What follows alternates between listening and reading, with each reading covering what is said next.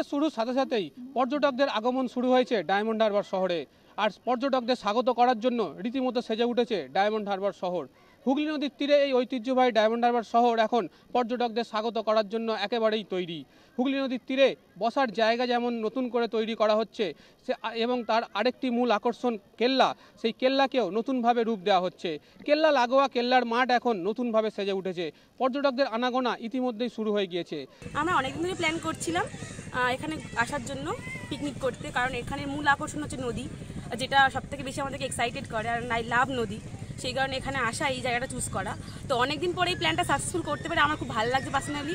I am so happy হয়েছে। এখানে ব্যবস্থাটা খুবই সুন্দর, দেখতে পাচ্ছেন এখানে যে টেন্টটা রয়েছে, খুব রোদ্দুরের। ডায়মন্ড হারবার এই কেল্লার মাঠটা একটা ঐতিহাসিক স্পট, সেই জন্য খুব সুন্দর পরিবেশ এবং বিশেষ করে ডায়মন্ড হারবার পৌরসভার আন্ডারে এটা আছে। সুন্দর একটা জায়গা যেখানে বাইরে থেকে নানা সময়ে ট্যুরিস্ট আসে, বিশেষত এই শীতের সময় প্রচুর পরিমাণে এখানে ট্যুরিস্ট আসে বাইরে থেকে। বেশ সুন্দর পরিবেশ, ওভারঅল মোটামুটি একটা এনজয় করার, একদিনের জন্য এনজয় করার একটা ভালো স্পট এই কেল্লার মাঠ। কলকাতা থেকে কাছে পিঠের মধ্যে আমাদের এই কেল্লার মাঠ ডায়মন্ড হারবারের, সেটা খুব ভালো সুন্দর জায়গা একটা। যাতে বেশি করে আসে তার জন্য বিভিন্নভাবে সাজানোর চেষ্টা করছি। আরও ভালো কথা বলছি, যেহেতু আমাদের সাংসদ আছে, আমরা নদীর ধারটা সাজানোর জন্যে অন্য বিভিন্নভাবে চেষ্টা করছি।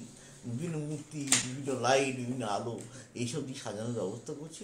আমরা আশা করছি এখন তো আছে, আগামী দিনে একটা জায়গায় আমরা পশ্চিমবঙ্গে চলে যাব। ইতিমধ্যেই সমস্ত রকম ব্যবস্থা রেখেছে পর্যটকদের জন্য। কেল্লা থেকে শুরু করে হুগলি নদীর তীরে বোটিং করা এবং সেখান থেকে পর্যটকদের নানা রকম মনোরঞ্জন করার সম্পূর্ণ নিরাপত্তার ব্যবস্থাও রেখেছে। প্রশাসন যেটা জানাচ্ছে যে কলকাতা থেকে খুব কাছেই ডায়মন্ড হারবার শহর এবং পর্যটকদের খুব প্রিয় শহর এই ডায়মন্ড হারবার। আমার শহর ডায়মন্ড হারবার থেকে জয়দীপ হালদার, কলকাতা টিভি।